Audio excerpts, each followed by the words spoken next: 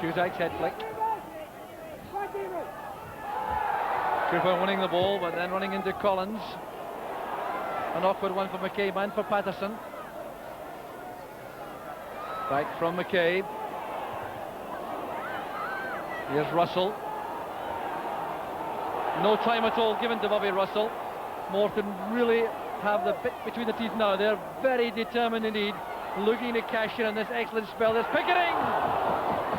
And that's the kind of goalkeeping which has put Alistair Maxwell in the Scotland squad. Well, I'm sure this takes everyone by surprise, and Alistair Maxwell as well. As it reaches Mark Pickering, you don't really think he's going to have a shot. You think he's looking probably to put this in, but he decides to have a go, and that's great goalkeeping. You can see it bounces just in front of him, but again he keeps his eye firmly on the ball.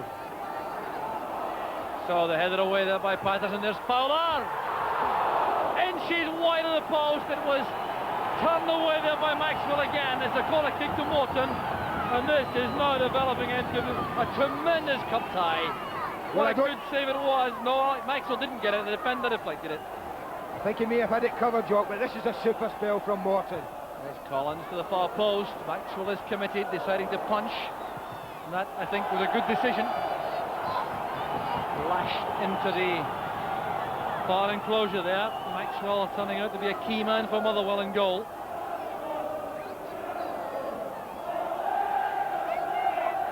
Here's Gagan. Not on there. Challenge came from Boyd. Here's Gagan again, trying to play that across. He had McCabe waiting inside the 6-yard box. He just had to roll the ball square, and that surely would have been the equaliser. Well, I think Dave McCabe will be absolutely furious here. As the ball reaches John Gagan, it comes over, he only has to roll across the goal, and you see Dave McCabe there. Could surely have scored from there. That's another glorious chance. You do feel though, Jock, they're getting chances and they aren't taking them, and that could be crucial. They've got to take one of these pretty soon. And they also require to be totally diligent in defence. Motherwell are very adept at striking in the break. Cusack going in late on doubt. Not had much service, Nick Cusack, especially in the second half, so trying to fight hard for possession. There's Colin O'Neill. Now Boyd. Linking there with Russell. There's the strength of Boyd coming forward again. It's a great pass for Arnott. Cusack on the far side of the box. It's cut up by Reid. Russell just easing that back to O'Neill. Lofting it forward. There's no offside. A great chance for Arnott. Well, what a miss by Dougie Arnott. He'll be so disappointed with that. It was a brilliant pass from O'Neill. It certainly was, and we've certainly seen some chances squandered, Jock. And really, Dougie Arnott could have clinched it for Motherwell here. He's got more time than he thinks. Probably takes it with his wrong foot, in my opinion. There's Collins playing further and further forward. Wide on the right for Morton. Alexander's layup. There's Collins again. In goes Patterson. Boyd to Russell. Cooper couldn't quite make it. The ball was out. Well, Tom McLean and Tom Forsyth, the Motherwell management team, on their feet on the track, complaining the ball was not over the line. And Davy Cooper, to his credit, made no such observation, having already been booked, of course. Nyholt sweeping the ball out, complaining, I think, that the call from Maxwell came too late. There's Cooper's header into the stand as Collins tries to force forward again.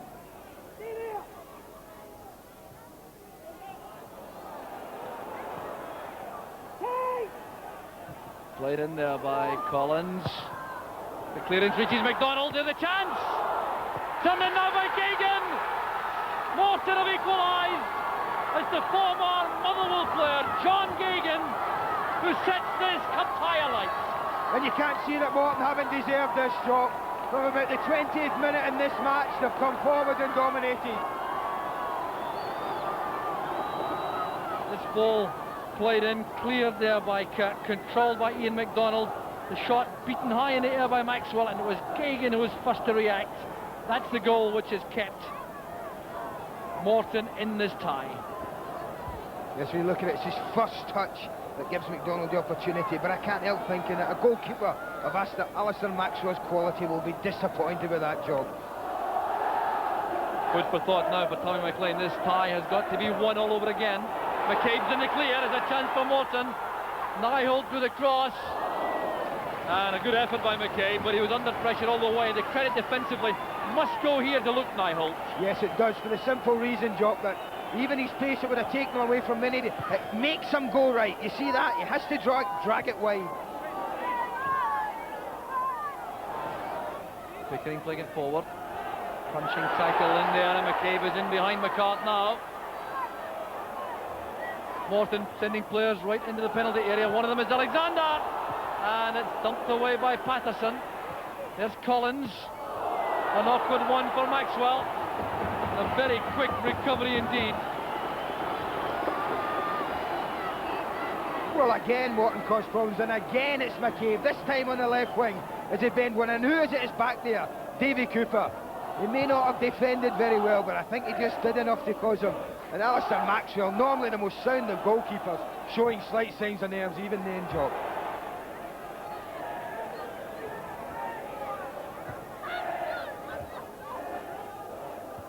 Boyd getting up well. Still the loose balls in midfield falling to Morton players more often than not. It is remarkable, bearing in mind the fact that O'Neill and Russell seem to rule things in the opening quarter of this match. Gagan plays it across. There's Ian McDonald. Beautifully struck. He really is an outstanding striker of the ball, as he's shown so often from free kicks tonight, but that was a great effort. You won't see many better struck than this as it comes to him just at the edge of the box. He's fairly well out, but he hits it and he's hoping for a bit of bend, and he gets it, but just not enough. And even Alistair Maxwell struggling to get across there on his near side, Jock. I think that just shows you how well that was struck. Reed's commanding header. McCabe well tackled there by Chris McCart. O'Neill looking for Arnott, who's peeled off there to the left. Taking on Martin Doak. Looking for support. He gets it from Russell and from Cooper. That's back for Russell. A great ball from Cooper. A great chance now for Motherwell. And the craft and the skills of Cooper and Russell almost opened up the Morton defence. Well, that's what Tom McLean, why he likes those two to play together. You don't feel that they're going to go anywhere, but suddenly they combine. Lovely little move. It's a great little run. Cooper finds him perfectly. And this is a chance for Russell. Takes it with his wrong foot again, Jock. Tries to bend it in with the outside of his right. Would have been much better taking it with his left. The long throw from O'Neill. Here's Arnott. Finding it impossible to get the better of Hunter. Still trying though, and fouled in the end. Well, two very determined customers, Dougie Arnott and Jim Hunter. I would always be worried when you give away free kick shot. Cooper's such a great deliverer of the ball, but this is always going to cause problems from this area. So Cooper surveying the scene, delivering the free kick. Gets the headed glance shot, and it's cleared there off Oily. Again, it's cleared off the line. What a let-off there for Morton. Here's Steve Kirk with one of those chances for Motherwell. Settling again for a corner kick. Well, the chances were thick and fast there for Motherwell. Well, I'm not too sure if it's good defending, bad finishing, a combination of everything. You certainly see it's like bagatelle. That's great defending on the line there by Martin Doak. Saved a certain goal.